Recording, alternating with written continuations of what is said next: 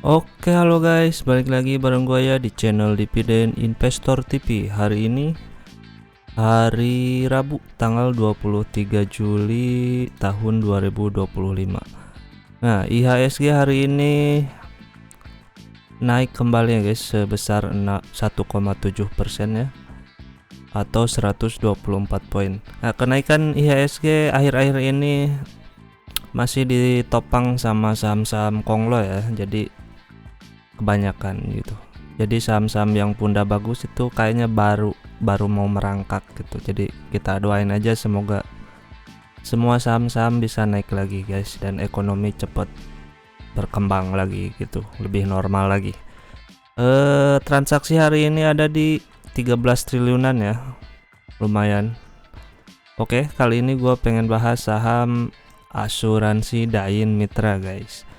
Dia udah ngeluarin laporan Q2 ya, kuartal 2 udah keluar. Nah, gimana, apakah saham ini layak untuk dikoleksi? Apakah dividennya bagus atau gede gitu, atau merupakan perusahaan yang biasa-biasa aja? Nah, sekarang mari kita bahas ya. Dia IPO tanggal 15 Desember tahun 1989 ya, udah lama. Harga IPO saat itu di 6.500, lembar sahamnya ada di 2 juta lembar ya pada saat IPO. Transaksi hariannya berapa nih? Hari ini kecil ya, cuma 43 juta. 43 juta. Cukup kecil hariannya, kurang liquid ya tentunya kalau sehari cuma segini. 43 juta. 15, 16, 24, 9 Juli 203 juta ya. Jadi kalau mau masuk sini dananya nggak usah gede-gede ya, buat diversifikasi aja. Tapi kalau lu yang pendapatannya masih bisa dibilang gaji UMR ya, masuk sini masih oke lah. Cuma kalau udah ada dananya yang ratusan atau MM-an ya, itu harus diperhatikan ya, nggak boleh banyak-banyak gitu. Jadi biar lu kalau ada suatu saat pengen caw gitu, jadi bisa langsung cair gitu. Lembar saham sekarang ada 384 juta lembar. Harga saham hari ini berapa penutupan ya? Dia turun 1,92% di 510 ya. Berarti market cap-nya ada di 195 miliar. Ya kecil ya segini. Enterprise value ada di 188 miliar. Oke. Nah, total ekuitas dia ada di 391 miliar. Maka harga buku dia adalah 1018. Sekarang 510. Tentunya masih di bawah harga ya. Ini kalau kayak gini nih cukup menarik kalau kayak gini. Kita lihat nanti IPS-nya. Berarti PBP-nya ada di 0,5 kali tentunya. Liabilitas ada di 1 triliun ya. Ini ingat, ini perusahaan asuransi, jadi otomatis liabilitas tuh lebih gede daripada ekuitas, karena ini merupakan dana nasabah gitu kan. Ibaratnya lu mengasuransiin, berarti katakanlah mobil lah, lu asuransi mobil, berarti kan lu harus bayar ke si ASDM ini nih. Misal mobil lu harga 200 juta, lu asuransi setahun 5 juta gitu. Nah, lu storein 5 juta ke ASDM. Nah, si ASDM itu yang 5 juta itu akan ditulis sebagai hutang ya kalau belum jatuh tempo. Misal lu asuransi di Januari 2024 ya. Nah, asuransi kan biasanya per tahun.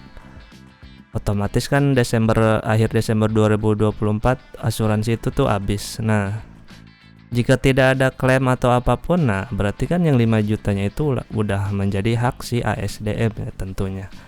Kalau ada asuransi pun, kalau ada klaim pun ya mungkin kan bisa ketutup dari nasabah yang lain. Itu kayak gue asuransiin mobil kan, gue asuransiin misal 5 juta nih setahun, itu dalam beberapa tahun gue nggak pernah klaim ya asuransinya. Cuma kalau udah habis ya kita bayar lagi gitu. Cuma itu untuk klaim gue jarang ya. Jadi kebanyakan orang yang untuk klaim juga kayaknya jarang ya. Orang juga nggak mau kan kalau ada apa-apa sama kendaraannya. Nyaubillah. Mendingan kita bayar ya nggak apa-apa kan, buat jaga-jaga doang, tapi dijauhin lah dari celaka-celaka kayak gitu. Itu buat penenang pikiran aja, biar kalau ada apa-apa ya udah ada yang nanggung gitu. Itu gunanya asuransi. DER-nya ada di 268% ya. Sesuai dengan ininya tentunya ada total aset dia ada di 1,4 triliun. Per saat ini ada di 7,5 kali, dan laba ditahannya ada 331 miliar ya. Lumayan.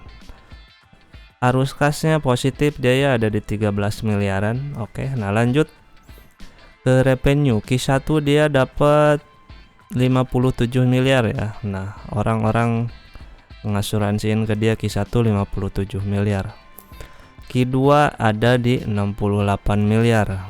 Berarti kan kalau full year nih bisa berapa?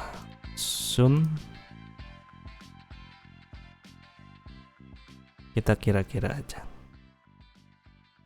Sekitar 250 miliaran ya kalau untuk 1 tahun 2025. Karena dia nggak ada cost, GPM dan NPM-nya sama ya. NPM-nya 10% alias di 6 miliar di Q1 2025 dan 7 miliar di Q2 2025. Persentase NPM-nya berarti 10%-an ya. EPS yang didapat, Q1 dia dapat 15.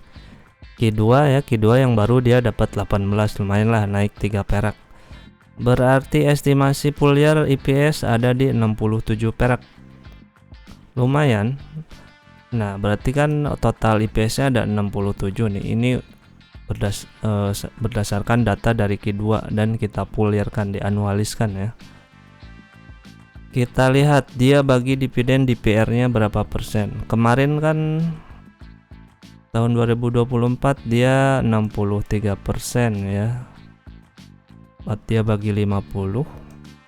Tahun 2023 dia 73%. Kita anggaplah 65% juga lah.